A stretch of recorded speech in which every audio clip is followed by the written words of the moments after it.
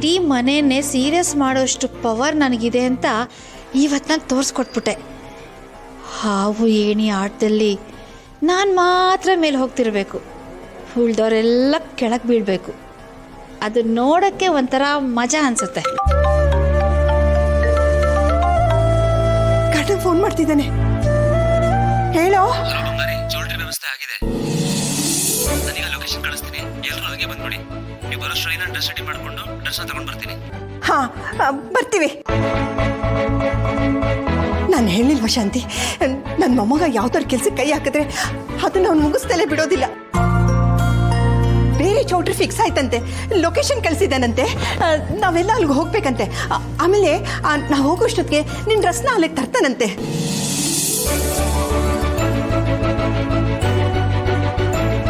ಅಬ್ಬಾ,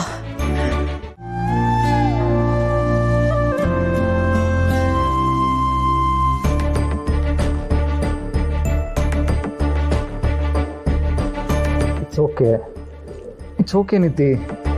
ಇವತ್ತು ಯಾರಾದರೂ ಅಳ್ತಾರಾ ನಿತಿ? ಅಳ್ಬಾರ್ದು. ಕನ್ಸಲ್ಲಿ ದಿನ ಎಷ್ಟು ಸುಂದರವಾಗಿತ್ತು ಗೊತ್ತಾ? ಏನೇನು ಮ್ಯಾನಿಫೆಸ್ಟ್ ಮಾಡಿದ್ದೆ, ಆದ್ರೆ ಯಾವುದು ನಾನು ಅನ್ಕೊಂಡಂಗೆ ನಡೀತಿಲ್ಲ. ನನ್ನ ದಿನಾನೇ ಅಲ್ಲ ಅಂತ ಅನ್ನಿಸ್ತಾ ಇದೆ ತೇಜಸ್. ನಿತಿ, ಎಲ್ಲ ನಾವು ಅನ್ಕೊಂಡಂಗೆ ಇರಲ್ಲ ಅಲ್ವಾ? ನೋಡು, ಈಗ ನಾವಿಬ್ರು ಜೊತೆಗಿದ್ದೀವಿ, ನಮಗೋಸ್ಕರ ಅವರೆಲ್ಲರೂ ಇಲ್ಲಿಗೆ ಬರ್ತಿದ್ದಾರೆ, ಅದಲ್ವಾ ಇಂಪಾರ್ಟೆಂಟು. ನನಗೆ ಗೊತ್ತು ನೀತಿ, ಎಲ್ಲ ಪರ್ಫೆಕ್ಟ್ ಆಗಿಲ್ಲ ಅಂದ್ರೆ ನಿನ್ಗೂ ಚೂರು ಹಿಡಿಸೋದಿಲ್ಲ ಅಂತ. ಪರ್ಫೆಕ್ಷನ್ ಬಗ್ಗೆ ಅಲ್ಲ ತೇಜಸ್, ಅಪ್ಪ ಅಮ್ಮ ನಮ್ಮನ್ನೆಲ್ಲ ಬಿಟ್ಟು ಹೋದ್ಮೇಲೆ ನಾವಿರ್ತಿರೋ ಹೆಜ್ಜೆ ಸರಿಯಾಗಿದ್ಯಾ? ಹೆಜ್ಜೆ ಸರಿ ಇದ್ರು ನಾವು ಹೋಗ್ತಿರೋ ದಾರಿ ನಮ್ದಾಗಿದ್ರೆ ನಮ್ ಗುರಿ ಸರಿಯಾಗಿದ್ಯಾ ಅಂತ ಒಂದಾದ್ಮೇಲೆ ಒಂದು ಗೊಂದಲ ಇದ್ದೇ ಇತ್ತು.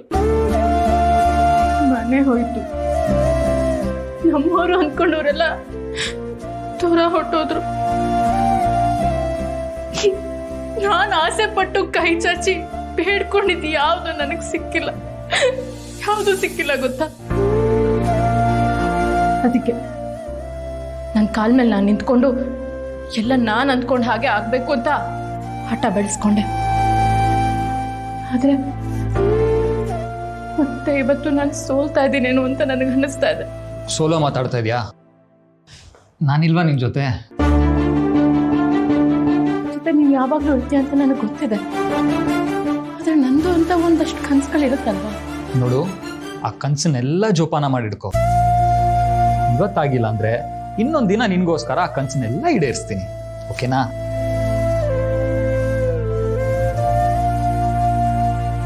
ಅಪ್ಪ ಅಮ್ಮ ಎಷ್ಟೊತ್ತಿಗೆ ಬರ್ತಾರೆ? ಫ್ಲೈಟ್ಸ್ ಬುಕ್ ಆಗಿದೆ ತಾನೆ?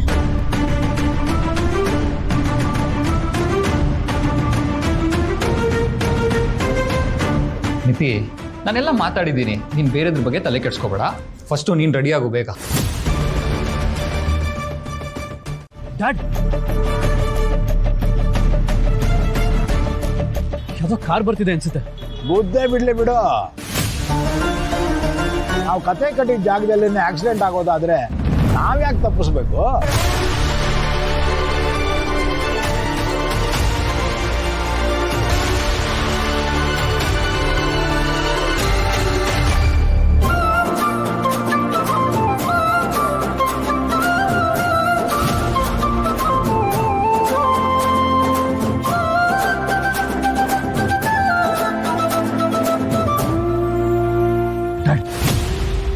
ಮೊದಲು ಇವಳು ಇಲ್ಲಿ ಯಾಕೆ ಬಂದಿದ್ದಾಳೆ ಅಂತ ತಿಳ್ಕೋಬೇಕು.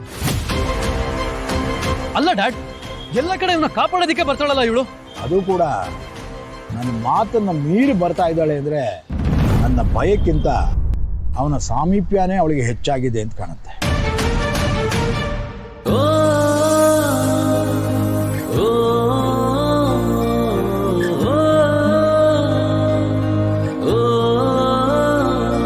ಏನಾಗಿದೆ ಸರ್ ನಿಮ್ಗೆ?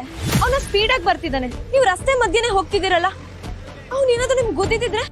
ಅದೇನೋ ಕೇಳ್ಬೇಡಿ, ನಾನು ಏನು ಹೇಳೋ ಪರಿಸ್ಥಿತಿಲಿ ಇಲ್ಲ. ನನ್ಗೆ ಸದ್ಯಕ್ಕೆ ನಮ್ಮ ಅಪ್ಪ ಇಲ್ಲಿದ್ರೆ ಅಂತ ಗೊತ್ತಾಗ್ಬೇಕಷ್ಟೇ.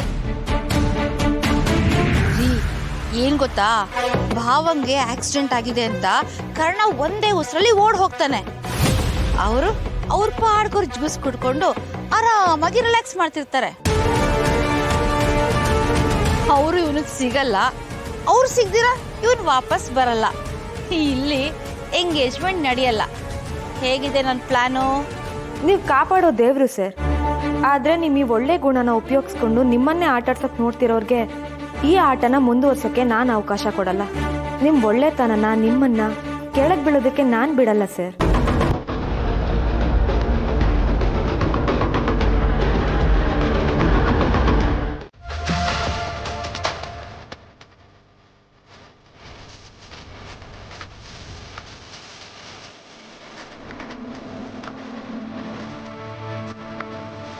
ಇವಾಗ ಈ ವಿಡಿಯೋನ ಏನಾದ್ರೂ ಅಜ್ಜಿ ಮೊಬೈಲ್ ಕಳ್ಸಿದ್ರೆ ಏನಾಗುತ್ತೆ ಅಂತ ಸ್ವಲ್ಪ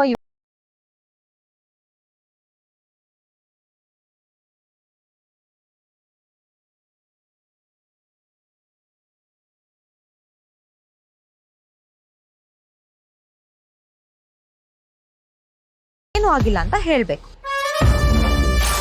ಈಗ ನೀವ್ ಹೇಳಕ್ ಒಪ್ಕೊಳ್ಳಿಲ್ಲ ಅಂದ್ರೆ ಎಲ್ರೂ ಕೈಲೂ ಸಿಕ್ಕಾಕೊಳ್ತೀವಿ.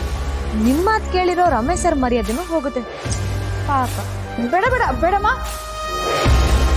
ಏನು ಮಾಡಬೇಡ, ಸುಮ್ಮನೆ ಇದ್ಬಿಡು. ಕರ್ಣ ಹತ್ರ ನಾನು ಮಾತಾಡ್ತೀನಿ.